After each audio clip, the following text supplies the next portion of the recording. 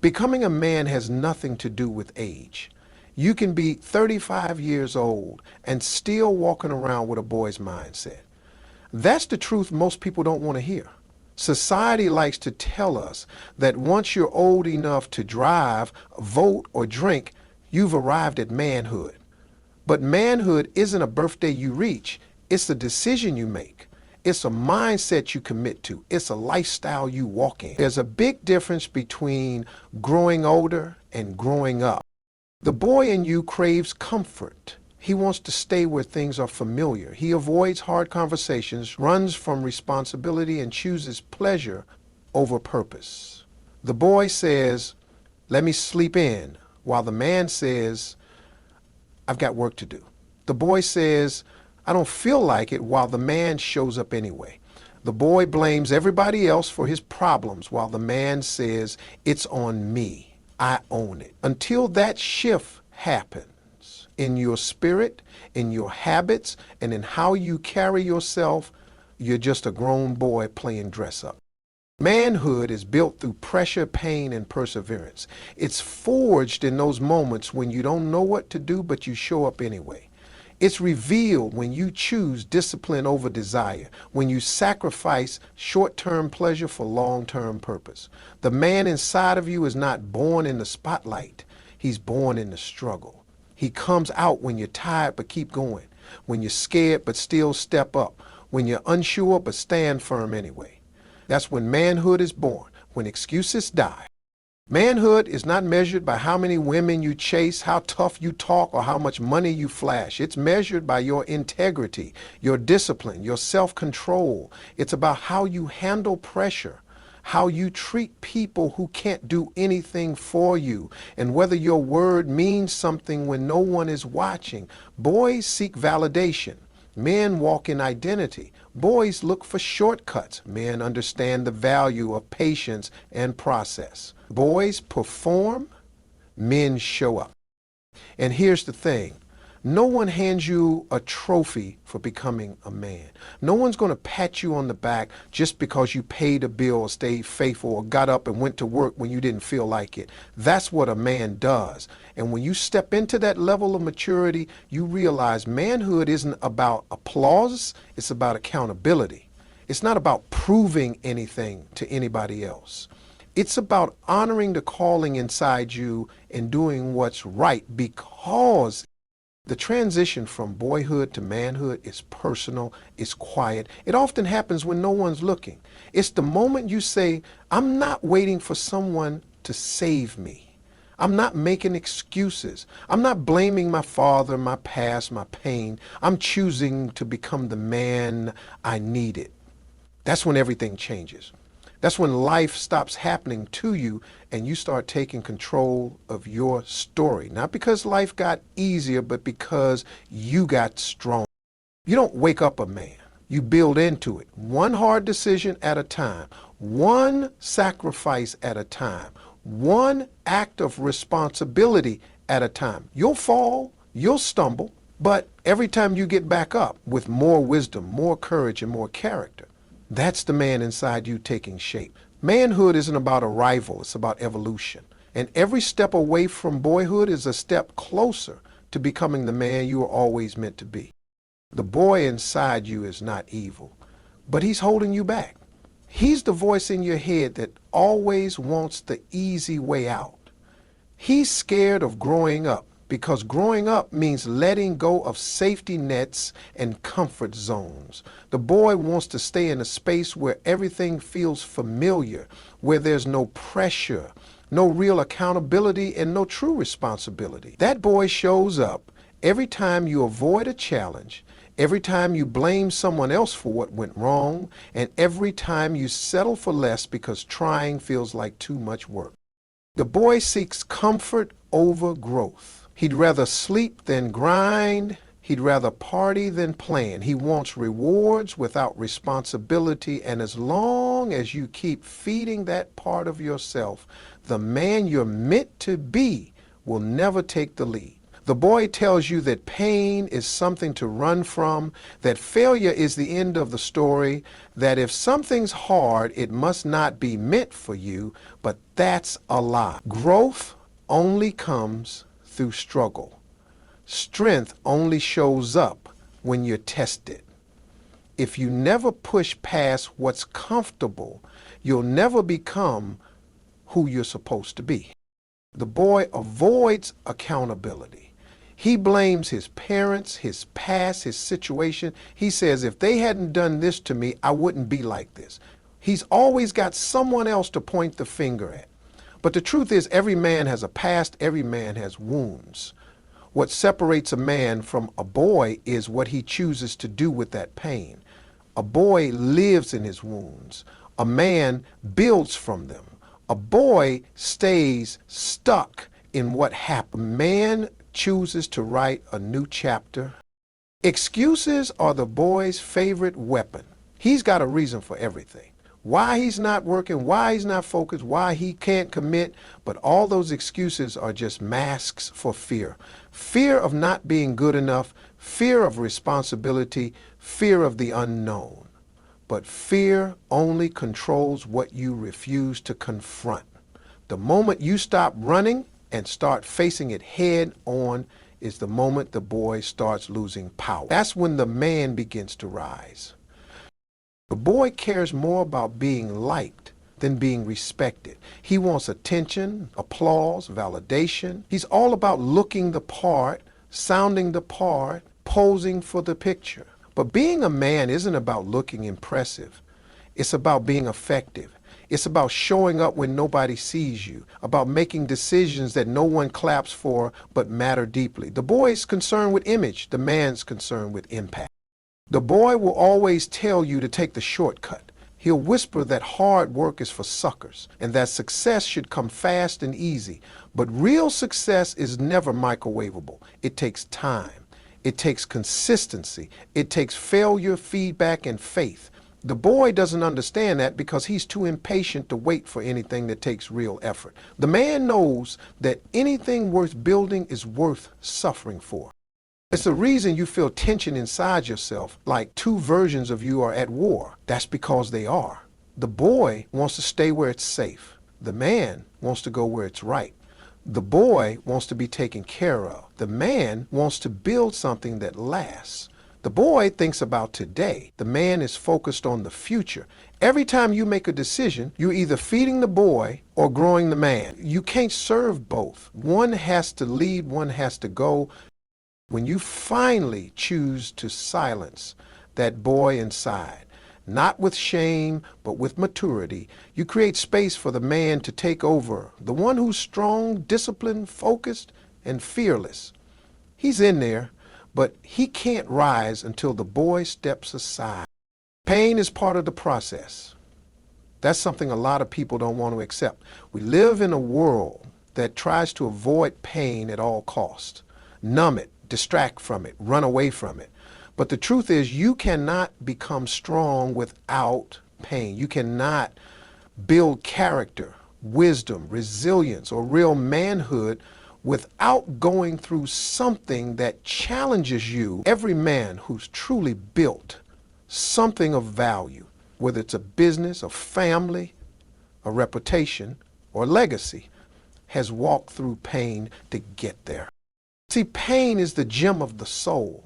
Just like lifting weights tears down your muscles so they can rebuild stronger, life's trials break down your pride, your laziness, your excuses, and your comfort so something stronger can take its place. When everything is easy, you stay the same. When it's hard, that's when growth kicks in. Pain introduces you to a version of yourself you didn't know existed. It strips away the fluff and leaves the raw material, the grit, the heart, the discipline that manhood is built on. But most people waste their pain. They complain through it instead of learning from it. They get bitter instead of better. Pain shows up, and instead of asking, what is this teaching me? They ask, why is this happening to me? The boy in you will always see pain as punishment. The man in you sees pain as preparation. You're not being punished, you're being processed. You're being shaped. And anything that's shaped has to go through pressure. You can't expect to carry weight in life if you've never been tested. You want to lead a family, you better know how to stand under pressure. You want to build something meaningful, you better be able to stay focused when everything's falling apart around you. You want to walk in purpose, you better be ready to push through seasons where nothing makes sense, but you keep moving anyway. That's how you build the foundation of a man. Pain is the fire that forges maturity. It's what burns away the childish thinking, the entitlement, the ego. It teaches you patience. It teaches you discipline. It shows you who's real and who is just around for the good times. It makes you appreciate the things you once took for granted. It gives you perspective. And when you come out of that fire, you come out different, not just older, but deeper, not just stronger, but wiser. And here's the truth. There is no shortcut around pain. You can't avoid it forever. If you run from it now, you'll face it later, only this time with more regret. The man who embraces pain and leans into the lesson grows faster, walks taller, and builds deeper. The boy avoids pain and stays stuck in a cycle of frustration, wondering why nothing ever changes. When life hits, you've got two choices, fold or fight. The pain will either break you or build you. That choice is yours. But if you choose to lean in, to trust that this process is doing something in you and for you, you'll start to understand that pain has a purpose. You'll start to realize that every setback, every failure, every betrayal, every sleepless night is all producing something in you that comfort never could. Pain doesn't mean something's gone wrong. Sometimes pain means you're on the right path because growth always costs something. And if you're not paying anything, you're not building anything. So don't run from the pain. Don't resent the struggle. Learn to respect it. Let it shape you. Let it teach you. Because on the other side of that pain is the man you were always meant to be. A real man takes responsibility. That's the dividing line between being a boy and becoming a man. Responsibility isn't glamorous. It's not something people celebrate on social media or talk about in highlight reels, but it's the foundation of everything that matters. A man doesn't just talk about doing better. He does better. He doesn't wait for someone to fix it, clean it up, or figure it out. He steps up. He takes ownership, even when it's not his fault, because leadership isn't about blame. It's about accountability. A boy points fingers. He always has a reason why things didn't work out, and it's never him. It's the boss. It's the system. It's the timing. It's what his parents didn't do, what his friends didn't say, what life didn't give him. But as long as you're blaming someone else, you're giving your power away. When you blame, you stay stuck. You can't fix what you refuse to own. A man understands that even if it wasn't his fault, it's still his responsibility to respond the right way. Being responsible means showing up when it's inconvenient. It means keeping your word even when your feelings change. It means doing what needs to be done whether you feel like it or not. That's what maturity looks like. It's not about how you act when things are easy. It's about how you respond when everything's on the line. When you're tired, frustrated, unappreciated, do you still handle your business? That's the test. A man protects his name. He understands that character matters more than comfort. He doesn't make excuses for his shortcomings. He confronts them.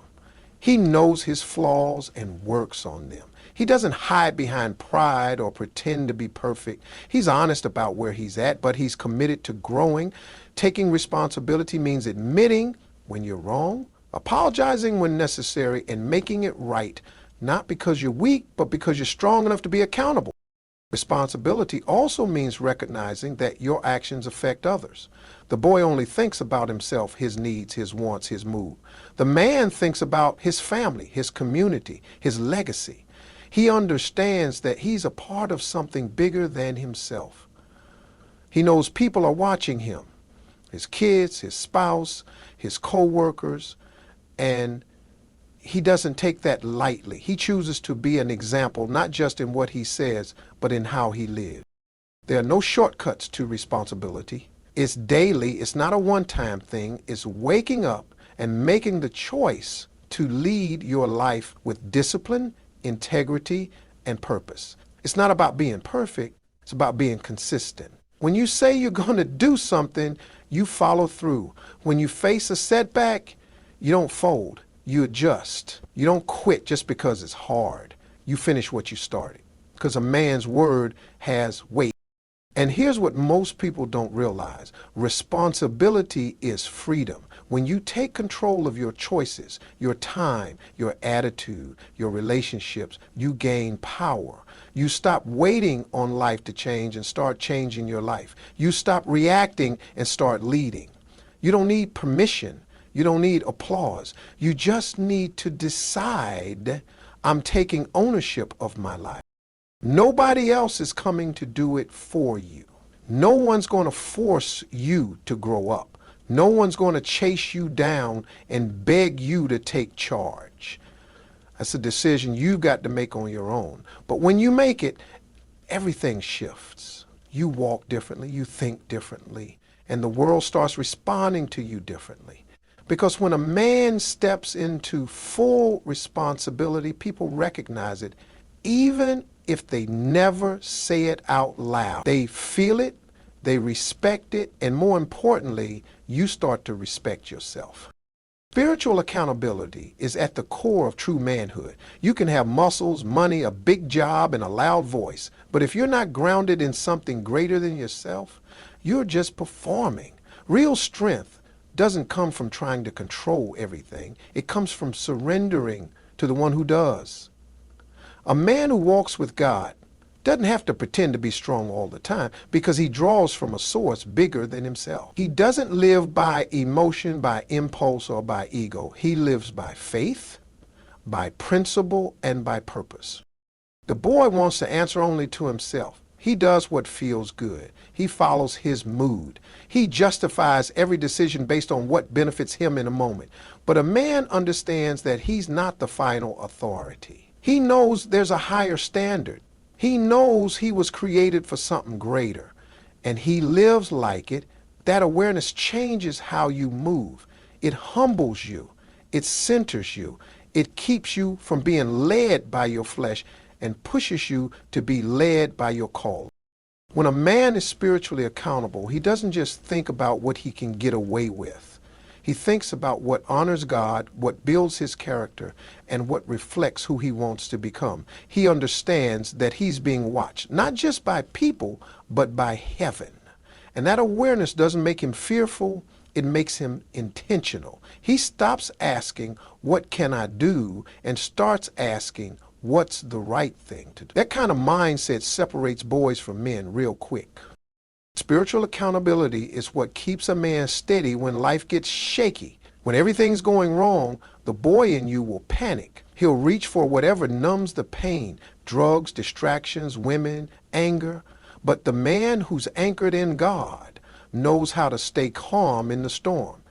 He doesn't deny what's happening, but he doesn't let it control him either. He prays, he reflects, he takes wise action.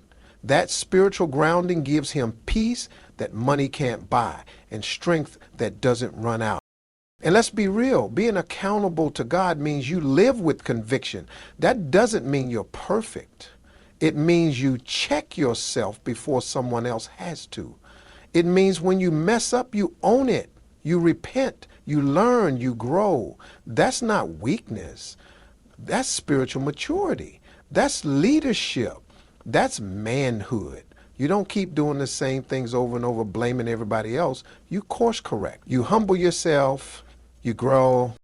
A spiritually accountable man also lives with purpose. He knows he wasn't put on this earth just to make money and die. He understands that his life has weight. His words have power. His decisions affect generations. So he prays before he moves. He listens before he speaks. He thinks beyond today. He's not just trying to survive. He's trying to build something eternal. That kind of mindset doesn't just make you a man, it makes you a force. When you're spiritually grounded, you also treat people differently. You lead with love, not pride. You listen more than you talk. You serve instead of always demanding to be served. You carry humility with you, even when you're in a position of power. And that's what makes you trustworthy, not just to people, but to God. Because when God sees a man he can trust, he starts to open doors, align resources, and elevate that man in ways no human could ever do. At the end of the day, spiritual accountability is what keeps you real. It strips away the act and forces you to look in the mirror. It makes you ask hard questions. It challenges you to be better, not just for you, but for the people who depend on you, the legacy you're building, and the God who gave you breath. That's the kind of accountability that transforms boys into men and men into leaders. Legacy is not about what you leave in the bank. It's about what you leave in people. A real man understands that life isn't just about today. It's about what you're building, who you're impacting, and what kind of example you're setting for the ones coming behind you. A boy lives only in the moment. He chases quick wins, temporary pleasures, and easy attention. But a man thinks beyond himself. He asks the deeper questions. What will my name mean when I'm gone? What will my children say about me? Who will be better because I lived?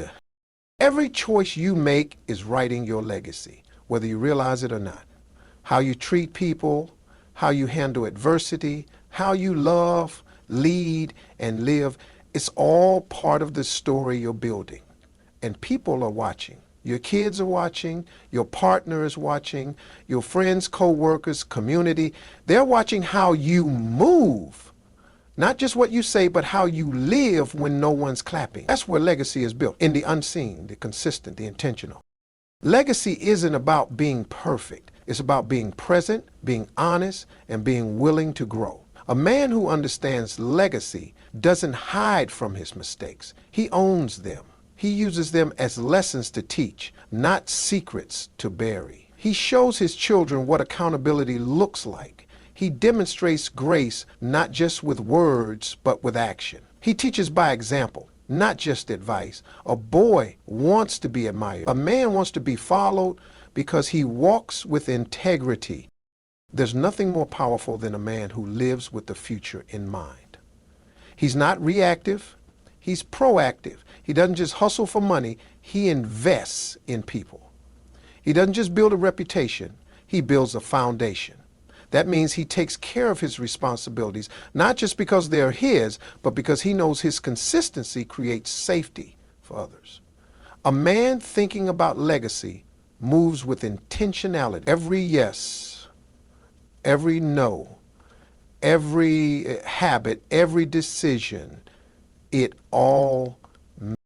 A legacy-driven man is also a generational changer. He looks at where he came from, his upbringing, his trauma, his patterns, and says, it stops with me. He refuses to repeat cycles of brokenness, abandonment, or silence. He may not have had the best example growing up, but he becomes the example he never had. That's not easy. It takes courage, discipline, and a whole lot of healing. But the man who takes that responsibility seriously gives his children a new path to walk on, and that is legacy. Legacy isn't something you start thinking about when you're old. It starts now. It starts when you decide that your life means something, that your presence has weight, that your words carry impact, that your time is valuable, that your actions shape the world around you. You don't have to be rich or famous to leave a legacy. You just have to be consistent, intentional, and focused on the bigger picture. Because the truth is, somebody's future is connected to your discipline today. Even when you feel like no one sees the sacrifices you make, the early mornings, the hard choices, the quiet prayers, understand that legacy is being written in those very moments. You may not see the results right away, but one day someone will benefit from your strength, your wisdom, and your faithfulness. Your children will walk taller because you decided to stand. Your family will be stronger because you chose to heal. Your name will carry honor because you lived with purpose. That's the power of legacy. It lives on after you're gone. It speaks when you're not in the room. It becomes a light for others to follow. And the man who understands that doesn't waste his life chasing things that fade. He builds something that lasts. Not for applause, not for ego, but because he knows that every step he takes toward purpose is making the path clearer for those who will one day follow in his footsteps.